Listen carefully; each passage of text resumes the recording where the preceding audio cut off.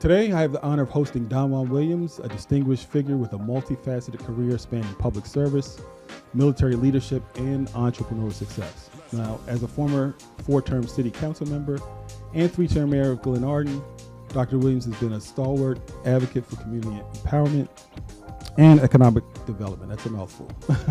And beyond his public service, he's the founder and CEO of DJ Williams and Associates Incorporated, and that's a firm that specializes in marketing management, executive coaching, and business development. Now, with a robust educational background, including multiple master's degrees and a doctorate in Christian counseling, Dr. Williams brings a wealth of knowledge and experience to the table. Now, his commitment to fostering strategic international partnerships offers Black entrepreneurs a unique perspective on expanding their businesses globally, and that's what we're going to talk about today. Now, before we dive into our conversation with Dr. Williams, let's set the stage with our Mindset Minute. Now, as entrepreneurs, it's very easy for us to become entrenched in familiar markets and routines. However, true growth often requires us to look beyond our immediate environment and also to consider global possibilities. So I want you to think about embracing a global mindset, and what that means is being open to new cultures, markets, and collaborations, even if you never thought about it before. It's really about viewing the world as a landscape of opportunities waiting to be explored. This week, challenge yourself to think beyond borders, research a foreign market, connect with an international peer, or explore global trends in your industry. Now, expanding your perspective can unlock pathways to innovation and success you hadn't even imagined. Now, speaking of global opportunities, our guest today, Dr. Donjuan Williams, has dedicated much of his career to facilitating international collaborations for Black entrepreneurs.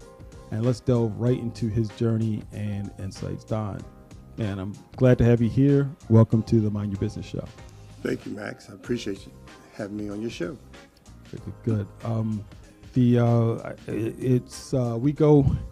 feel like we go way back. I'm just glad to have you come here on the show. I'm glad that you could get here today from Baltimore, from Maryland. And Glenarden. Okay, Glenarden. Washington, D.C. I said Baltimore. That was my mistake. I'm sorry, Glenarden. I gotta get it right.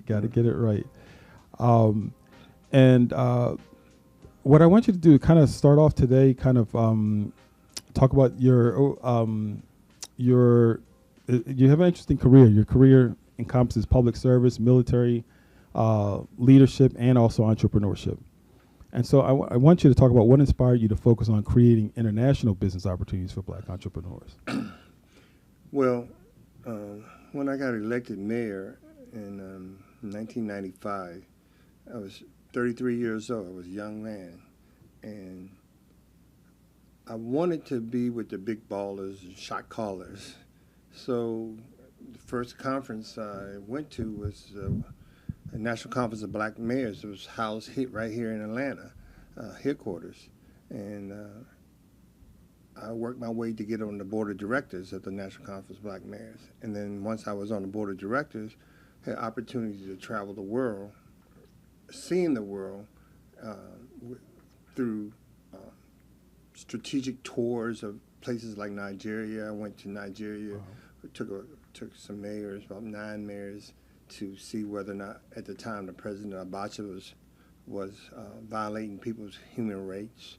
So that started my journey international and bringing opportunities and bringing business leaders over to Nigeria in order to do business with Nigeria. So that started in, say, 1997, 1998, going back and forth to the country of Nigeria. When we found it was safe to do business over there, we just forged economic opportunities for business leaders here in the United States with businesses in Nigeria. Wow. So that's how I got started. And so you've been doing this since 1997, you said? About 1990. Wow. So from your experience, what would you say are some of the most significant challenges that business owners face kind of when it comes to attempting to enter international markets? Well, you got to have a different mindset. And the mindset you got to have is one in which most foreign countries, you got to pay to play. Over here in the United States, it's not that way. It's illegal. However, your president is trying to change that because he understands Foreign Corruption Act that they have here in the United States. It's not a level playing field if you're trying to do business overseas. If you're trying to do business in Nigeria, you're going to have to meet whatever ministry, whether it's energy, agriculture. That minister is going to expect you to take care of him or his family in order for you to come in this country to do business. That's just a fact. So whatever you have in your business plan, you need to add 10, 20% off the top to take care of. And I pretty much any country that I've done business with overseas, I'm doing business in Dominican Republic. That's just the way they do business overseas. And they call it the cost of doing business. So just put that right into your business plan. If you don't, you're going to be short when it comes down. You're thinking you have things wrapped up. You think you have the air of an influencer, but when it's said and done, you're going to run into a roadblock through the minister or through the president's office or the vice president's office, bringing your business or trying to do business in that country if you don't pay to play. Wow. And that's just fact. Wow. So that's up front. Take care of that up front. Yeah, but you don't know that at first. See, we naive people come in there and we thinking, hey, it's illegal to do that here in the United States, blah, blah, blah. You know, so it's not until you start spending your money and then, did you take care of this person? Did you take care of this person? So grease and palms is what you have to do for the most part overseas. Now, it's better, and I encourage whomever is trying to do business, is get boots on the ground for somebody who's already in that country. Because they can they'll tell you where the landmines are that you won't step on if they're good in business. Yeah. But if you try to go over there without a consultant or somebody's already over there, you don't know what you can do. I mean, I have a commodities business and I broker gold and oil deals in different countries, and especially minerals, diamonds, whatever it is. You can call yourself getting diamonds and gold or whatever, but they'll beat you at the port. Wow. Yeah. Even if you put seals on there. I mean, if you don't have anybody inside or take care of the people, you just got to know. You never know people in place, but you got to trust somebody that you had a relationship with, not just business. So the difference is we expect people here in the United States, we can pick up the phone and call and do business. That's not how they do it over there. They want it's face to face. And if you think you're going to do business with this phone call face to face, you might get your feelings hurt. Wow. And lose a lot of money. So this is kind of good insight to know, and I guess it's just like anything else. It's not like these are just different costs of doing business. You're saying it's not. Right. You just put if you put in a business plan, you just put a cost of business, and you can call it development costs. But the bottom line, how you develop or marketing costs, but you have to pad that in there, and sometimes it's unreasonable what they want. So how do you deal with that? How do you deal with someone who's asking? You got to go somewhere else because it ain't no bargaining with them. So once they say whatever what they want, there's either they're going to do it, they're going to get what they want, or you ain't going to do business. Wow. Because guess what? If you ain't going to give it to them, somebody else will. Somebody else will. That's great. So, and again, I want to frame this in a way that so even if you're thinking about doing business, don't let this deter you, because I'm thinking about other businesses here that have kind of weird aspects to them, like the restaurant business is coming to the top of my head, where there's shrinkage, where people just food gets wasted and thrown away. It's part of a business expense. So if you frame it up in that same kind of way, you can frame it. I mean, I'm giving it to you straight with no chasing. Right. Okay. The bottom line is you can go over there, you can meet with some people, and that's almost generally any foreign country. Yeah. Because first of all, most foreign countries think Americans have money. Right. they expect a black person, they're going, oh, you got money. So you can take a hit. You can take a L. And a lot of us doing business just want opportunity over there. Right. So to get what I call white people money, you know, Republican money. All right, but we generally don't have that. Few of us do, but if you think you're rich, you're really not rich unless you really own some things and employing people.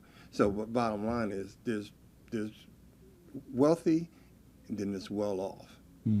Okay, and so they think everybody is minimum wealthy. Even if you're a tourist, they think, how do you get over here? Right. Yeah. They think you're wealthy. Right. So they're going to exploit that fact that they have no problem trying to take from you, because a lot of them poor. Wow. I give you experience. I went over to country in Africa and Sierra Leone. I went over to conference. I got to speak to 150 chiefs at a conference. After I spoke, people were bringing me gold nuggets down from the mountains, wanted to trade to do business.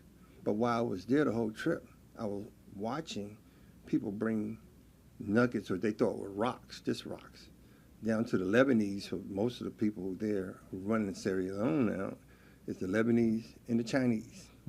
They're there for a reason. They take advantage. The Lebanese own the shops. They bring a rock, which is gold.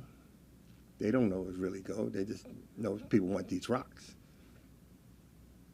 And the Lebanese person give them a 50-pound bag of rice. They're happy. But that rock is worth thousands of dollars. Wow. And they're being exploited. So people over there are trying to get people, us, black Americans, to come do business with them. And they know they've been exploited. And they try to make it difficult to do business unless you really take care of them. And I ain't mad about that. Right. Because we should be doing better. You know better, you should do better. You shouldn't be trying to do what the Europeans have done to them. Right, of course. We should try to uplift our people and not try to beat them just because they don't have the education that we have. But it's sad to see how they're being taken care of now. Now, the Chinese is over there doing the same thing with their steel, building a bridge from the airport to the mainland, and it's cheap steel. And I think something's going to happen with that bridge down the road. But the military is coming over there. They want the natural resources that Sierra Leone have: diamonds, gold. They got gold pockets and oil. Wow. So let me ask you this: What would you say? I mean, that's a lot to take it to start with. But if somebody was interested in doing some going international, or expanding what their operation internationally, what initial steps would you recommend for entrepreneurs who are interested in exploring opportunities abroad? What would the initial steps be? How would they start? Well, my recommendation would be, to whatever country you're trying to do business with, find yourself a consultant here in the United States that have ties over there or over there and can do travel both. Because if you don't have boots on the ground over there, you're going to get beat, no matter what business is. You got to have boots on the ground. Somebody watching your back over there. And so that means initially befriending somebody, getting to know somebody, not on just a business tip, but meeting somebody casually, going out to places where you think the country that they hang out with. And I'm just giving you some real insider tips. You know, if you know you're trying to go to Nigeria, African community, then go to places where they hang out. Right. Get to know them on a personal level first before you start doing business. Because then they're more likely to befriend and help you, and not seeing that you're going to take advantage of their people. Because too many people try to take advantage, and they know it, the people here. Right. Just don't do cold calling. Hey, you got a person over there, without doing some due diligence. We call it DD, due diligence. You got to do your due diligence on the people you're doing business with. Because some of them can be real double agents. They say they're helping you, but they really not helping you. Right. So I would first find a consultant here or there and befriend them first before doing business. Find out how they do business, whatever, and then after you find a consultant, work with that person to get what you need done. There's things on paper you need to be done formal way, and then there's informal things that you need done or people you need to see. Just like in communities, there may be a formal mayor, and then there's the mayor on the street, right. the mayor that you need to be talking to if you're trying to get votes or get things done in your community. And same thing overseas. There's formal and informal leaders. So you really need to know in whatever community you're trying to do, the formal leaders and the informal leaders. And also, lastly, the influencers. Very important, the influencers. So how do people find those? Let's say you're interested. How do you find someone like that? How do you find someone in Nigeria and to hang out with? You go to the Nigerian clubs. You go to where Nigerians go. There's different neighborhoods where I live. There's different restaurants that they tend to, different social clubs that they go to, sporting events that they do. Soccer is real big. Right. And people are like, I don't want soccer. Okay, you don't have to like soccer. Right. But if you go into a soccer match and you just want to see a bunch of Nigerians there, then you strike up a conversation. I remember when I used to be the regional manager of Solar City before Tesla took it over, became Tesla. People would say, well, the best way to sell solar was go knocking on doors. No, that wasn't the best way. I did very well, made great money doing that, but I didn't do it by just knocking on doors, looking at roofs, whatever. I went to sporting events, start talking to the parents, strike up a conversation. Oh, by the way, do you have solar in the house? No. Oh, wow. Let me see, where do you live? Go to Google Earth. Look at the house and say, oh, well, you know what? You make a great candidate for solar. That type of thing. Gotcha. It's people, the power of interaction, personal relationships is very important. Because when I did it in my community, it wasn't about the brand. It was about me. Right. I was selling me. And they knew at this time Mayor Williams had solar at his house, and he says it's good, then why not? Forget whoever the brand was. Right. So the brand didn't matter. Brand didn't matter. When you're a good salesperson, you're selling yourself and your credibility. So that's why I've been able, with my partners, I have a partner named Michael Carr, Philip Parks. Michael Carr, genius. I don't know how he comes across the contacts he come back, but he uses our partnership in the commodities group to open up doors.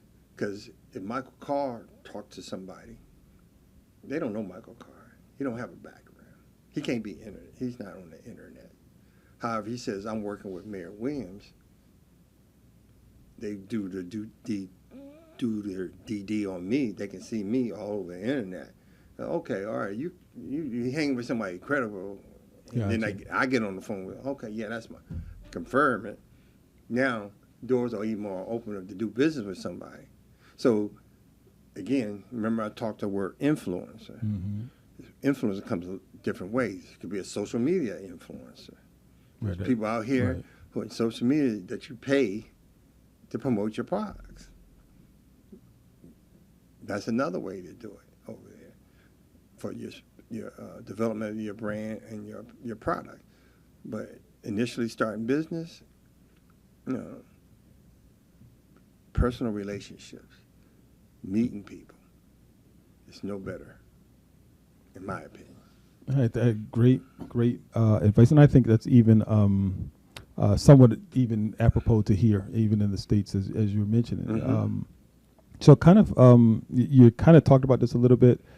How do you think cultural differences usually impact negotiations and actually strategies that you kind of touched on different strategies here, but speak to that a little bit about, Well, cultural difference, I'll give you an example.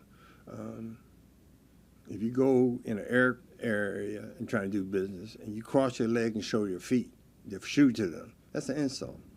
So basically you need to know where you're going, your customs and traditions, and do your DD. Due diligence on their customs, because you don't want to offend somebody you're trying to do business. Right. Some people don't shake hands. Some people just nod their heads or whatever, depending on the culture it is. So it's important to do your due diligence on whatever country you're trying to do business with in business environment. Some places, women are to be shown and not to be heard. Right. And you bring your woman and think that's standing up, you're going to insult them. Right. No disrespect. I love my women. But the bottom line is, if I'm going over to Africa in this particular tribe, you can't bring them. Or even if it's you're the woman-owned businesses and you're the head, you got to put out somebody. Wow, which is a front. Yeah. For them, if you're trying to get their business. So, and that's just the games that you had to play sometimes, in black businesses. You hire a white person to go to that meeting to be with the good old boys, because you don't need to be in that room because they ain't going to give you the business if you're in that room. So, same kind of concept, just knowing your environment and being able to be flexible to deal with the people you're trying to do business. Because ultimately, it's about getting a win. Right. Ultimately, it's about getting a contract. It's ultimately about being able to do business and get sales. Right. How you do it within the legal manner is all I would be concerned about. And you know what? It's even though you're saying it's very, very important what you're saying as far as just being aware of cultural differences, because that's an important thing, that you could be, like I said, offending someone and not even realizing that you've done that, and you walk away from the transaction or the deal and wondering what happened, and you just didn't even know. So I think that's an important thing. So I mean, it seems like you have a wealth of knowledge already, just in the few minutes we get a chance to talk, which I what I wanted to say was I wanted to ask you about how do you under your role at DJ Williams and Associates, my question is, how do you assist businesses in identifying and really securing international partnerships? How do you go about doing that? Well, I encourage anyone that has right now dealing with commodities. Anybody who knows somebody who sells fuel, or who knows somebody who own a gold mine, or doing trading with gold. These people need to come together. As you well know, a lot of hedge funds or people who have wealth in this country, the real wealth is in commodities. And that could be oranges, it could be vegetables, it could be gold, it could be minerals, it could be diamonds, it could be oil. But that's where the wealth is in this country. And ain't too many art people in commodities, right? But we know people who are in commodities. I don't care if it could be an Asian person, we know people, but we don't leverage our relationships with those people. Wow. So that's what I encourage people to do. If someone calls me, I'm saying, who do you know in these fields that are selling or buying? And let's start off brokering deals with people who are selling or buying on this end. And that's how I just got into the market when I was mayor. One of the things that happened to me is there was always somebody always trying to do something. They either sell something or they want to buy something. And they're always looking for buyers or sellers. And I was like, there's a niche, or they want to get a contract in the government with somebody. So I said, there's a niche out here in the community that I can get, and that's called business development. Hooking people up with people who have means, with people who don't have means, or trying to get means, or have product but needs to sell the product, or trying to buy some stuff but they don't know where the product is. Right. or trying to get it at a cheaper price. All right, rice is another big commodity out here. So I would encourage people who are looking to get into that field, or I don't care what other business you are, just start fanning the flames of people you know who may know somebody. Right. You may not know them, or they may not know somebody. They may know somebody who knows somebody who knows somebody. It can go 3 deep. Mm-hmm. Six So levels 6 degrees of separation. Yep. Yeah. And when you start asking those questions, you start finding out there's some people that you know is in your 6 degrees of separation that can get you paid. It's just a way to monetize it. And I things that start throwing in my lap, standby letter of credit, SBLC. I didn't know about that and how that can be monetized out here in the community. It's a lot of things that in this business that you live, learn, and listen. And it became a quick study that, this is how these people making money. I have a project in the Dominican Republic that Eddie Levert Jr., he's out there, and he is going to fund within the next month. How? Because he's getting money from Chinese investors or going on a platform with land. There's people who have land that they can take the value of that land and monetize that on a platform and get paid over 40 weeks. So all this was new to me, but it all started back in 2020 when we started getting into PPE, when that was big, when under the was it COVID? What was it? Right. COVID-19 scare. Right. So that's what I would do. Just reach out to people who you know, who may know somebody, and start asking the question. And until you start asking and start dealing direct, well, do you know somebody who's selling this or have land, have a farm? Like right now, solar housing units not as big as it used to be 5, 6, 7, 8 years ago, but solar farms are. So you got all this land out here is not being utilized, but we need grid, we need electricity. The grids are terrible.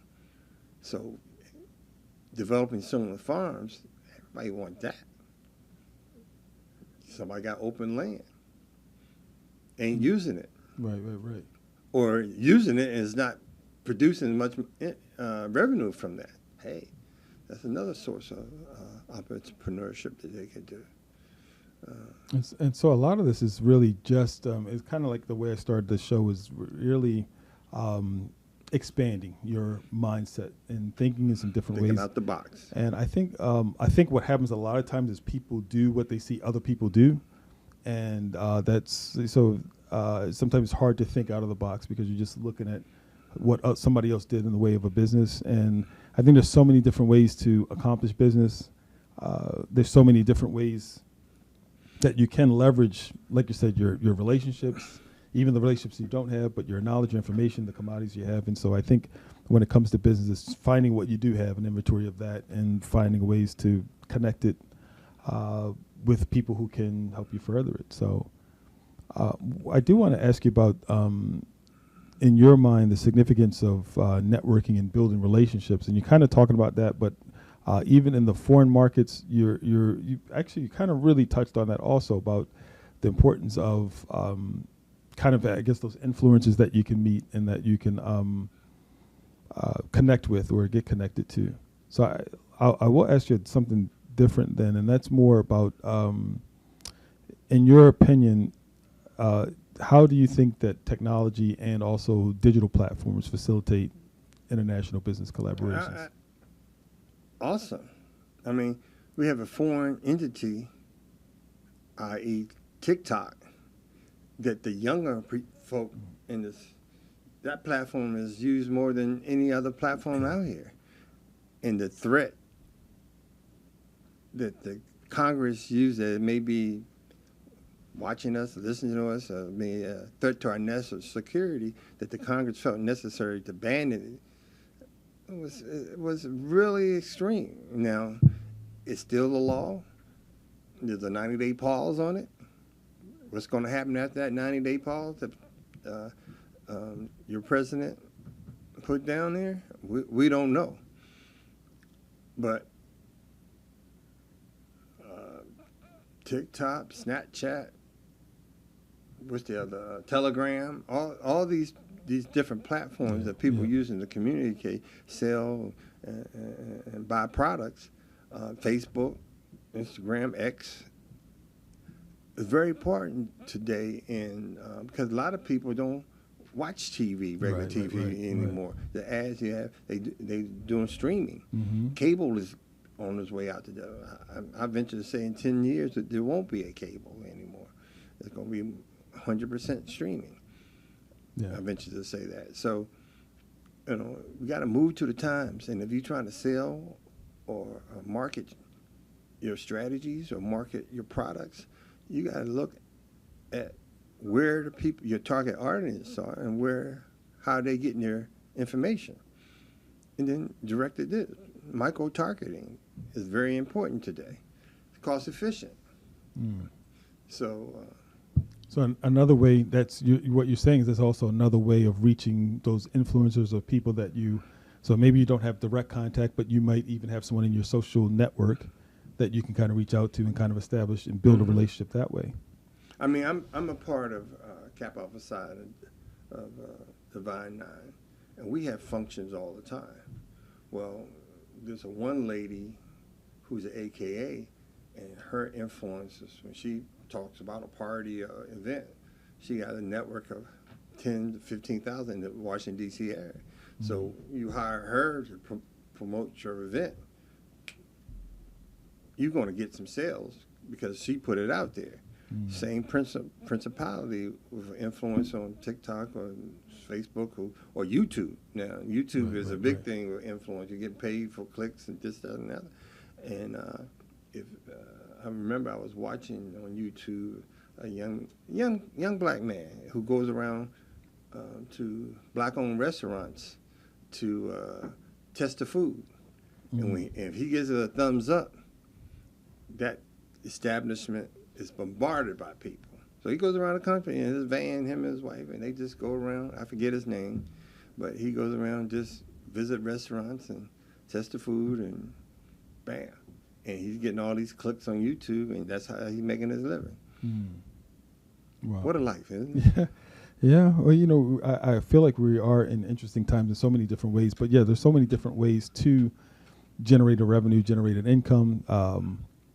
And even, honestly, there wasn't a thing.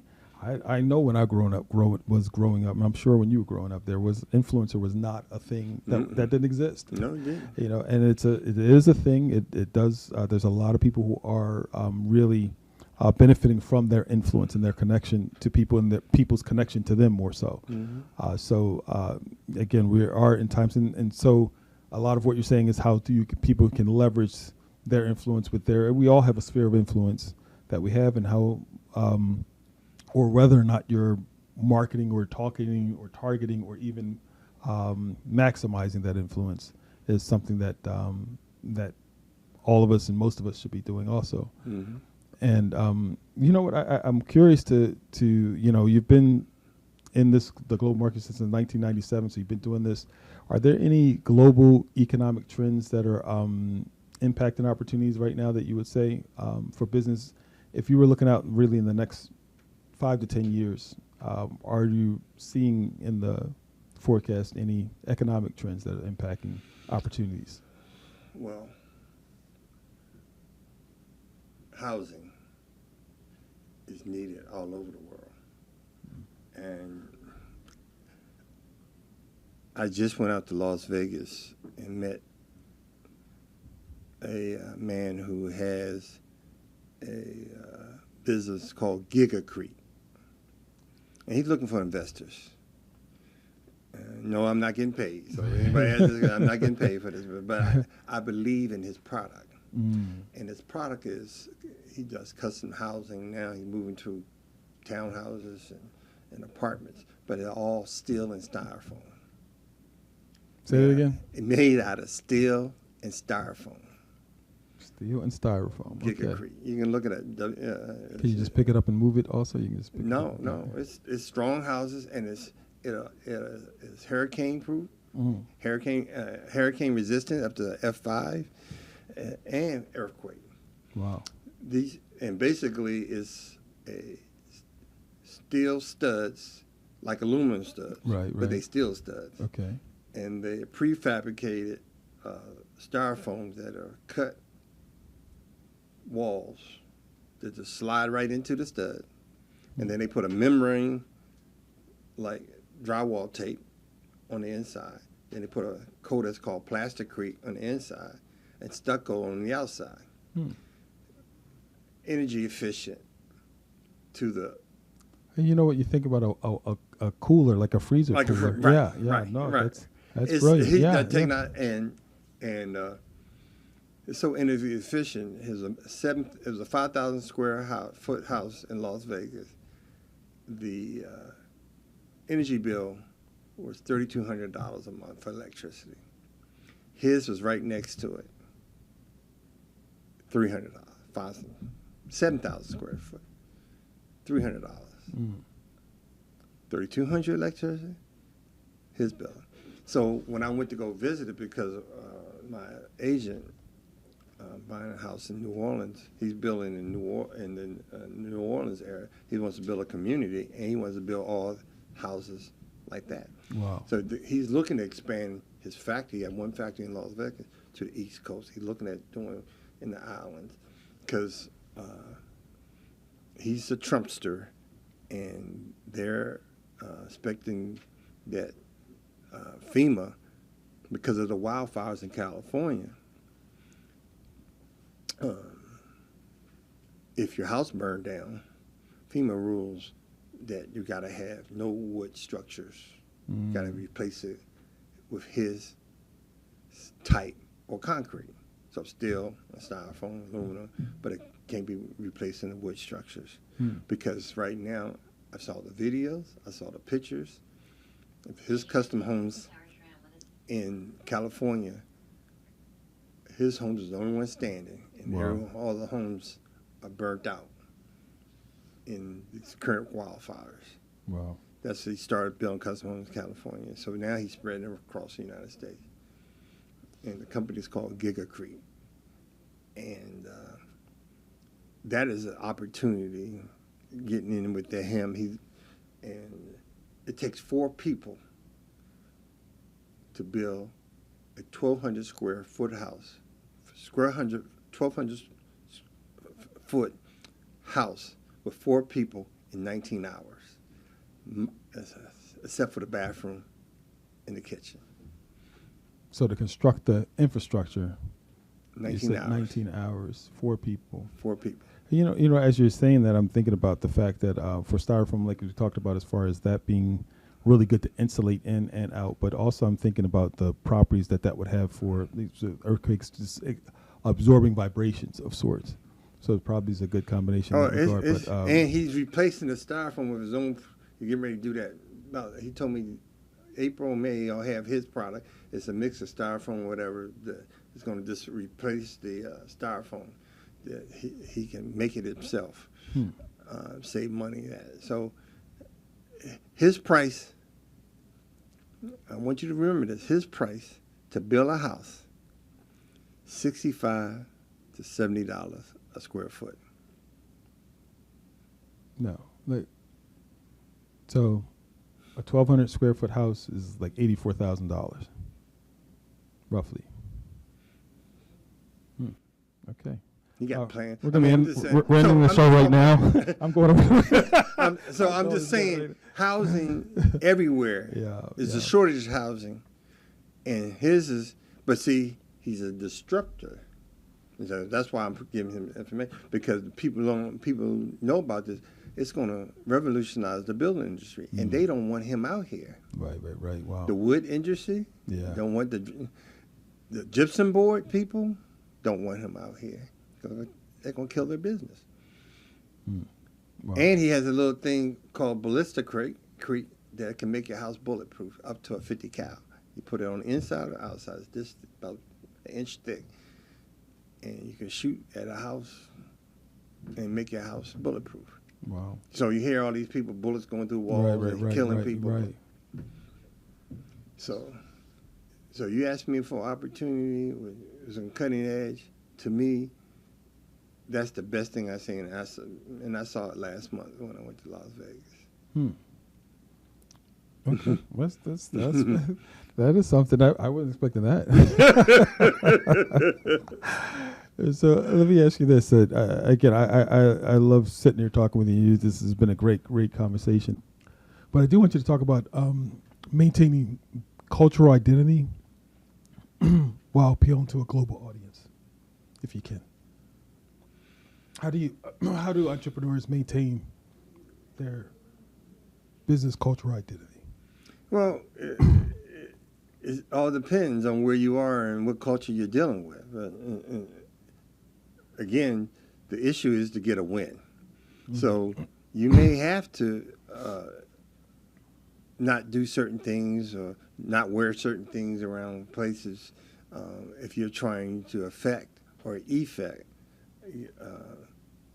business in a particular culture. Now, it's one thing doing stuff here in the United States. I'm not talking about doing business here. I'm talking about doing business in the global market. So you got to know your surroundings and understand that if you want to get a win in that environment, that you want to adapt your cultural awareness and situational awareness to whomever you're dealing business with. And that's just short and simple. That's just fact. And you may not be able to maintain your culture. Just understand that. Mm-hmm. So I'm black and I'm going to do this the black way. And, okay, yeah. But you may not get your business. Right. So you got to understand that.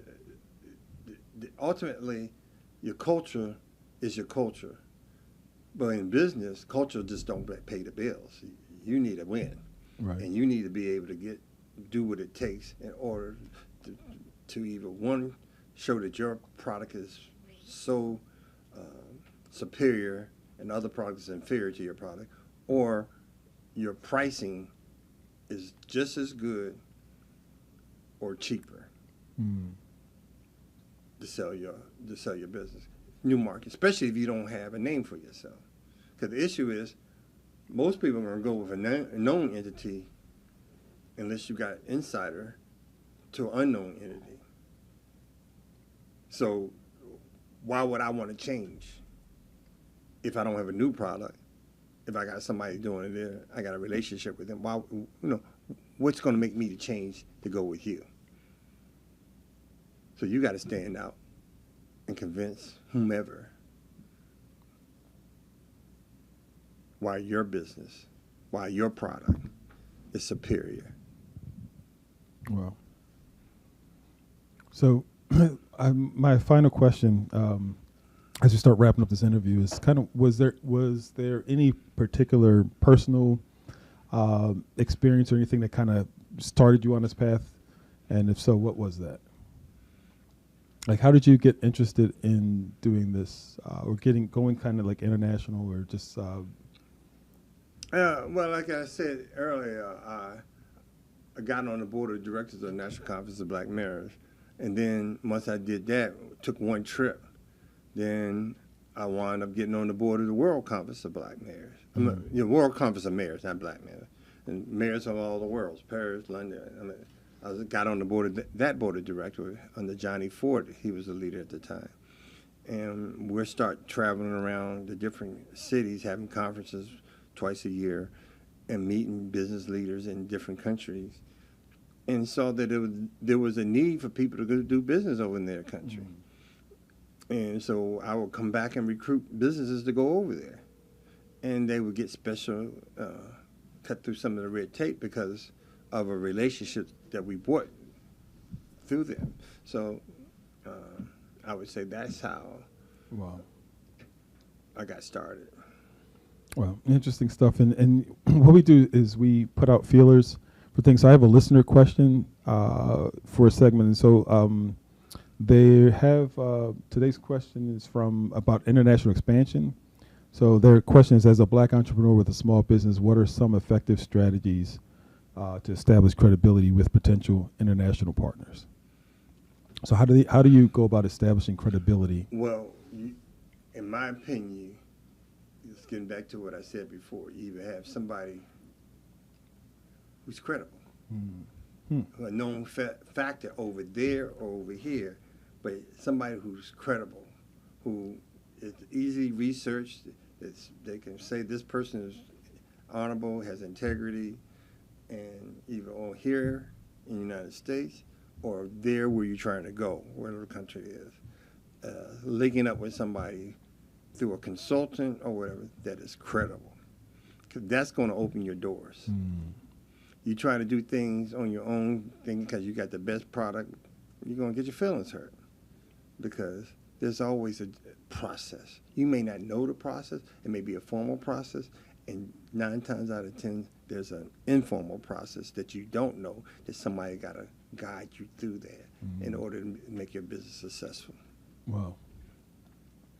Great insights. And so let me ask you this. If I'd like you to share if there's any industries or type of businesses that actually benefit the most from international expansion.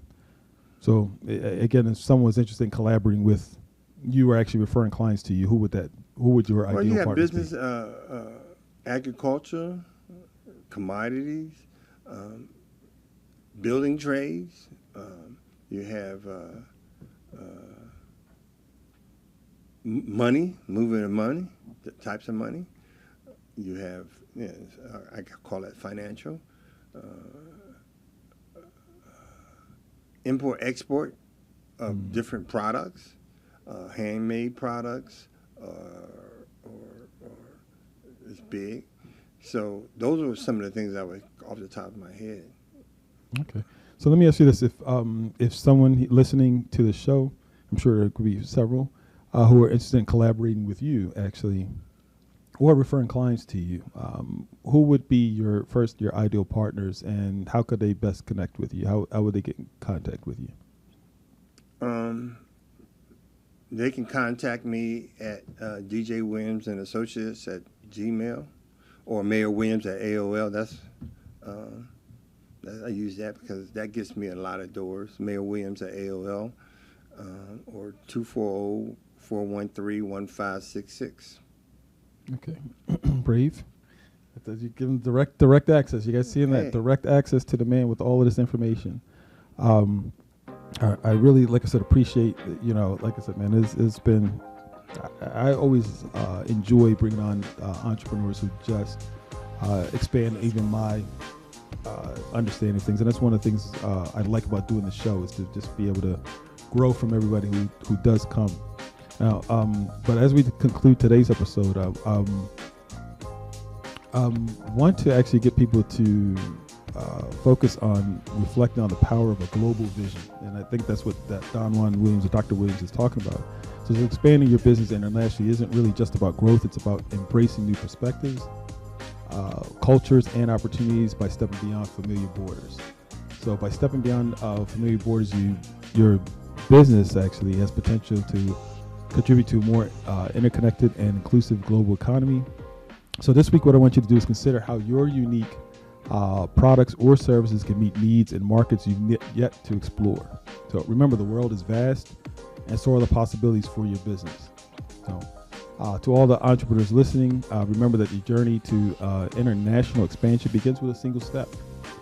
With a single step, equip yourself with knowledge, seek out strategic partnerships like Don's saying, and don't be afraid to venture into new territories. The global market is rich with opportunities waiting for innovators just like you. So get out there, connect with Donjuan, connect with somebody who can connect you with other people. And so I'm calling you Donjuan since I feel like this, but thank you, Dr. Williams. I got to be formal here. Thank you, Dr. Williams, for sharing your invaluable insights on global business expansion. it's clear that, with the right mindset, that entrepreneurs can successfully navigate the international markets and forge these alliances. So, like I said, it's been an absolute pleasure having you on the show. My pleasure. For our listeners who want to learn more about international business opportunities, again, you gave them the information where they can find you. So, again, I encourage you to reach out and to connect with Dr. Williams. He is a wealth of information, and as you can see, he's very open to share that information. So, again, thanks for sharing, and all of you for tuning in. If you want to keep up with me, Max Fortune, and stay connected with the Mind Your Business podcast, you can find me on all social media platforms at Mind Your Biz Expert, as well as YouTube, and again, like I said, all the major podcast platforms. Now, be sure to make sure you subscribe, follow, and keep the conversation going. We love to continue to hear from you, the ones who are submitting questions and information. And again, we want to just make sure that you continue to engage with our community, and let's continue to building together. So until next time, stay focused, stay sharp, and always mind your business. Don, thanks again for coming in. And everyone else, see you next episode.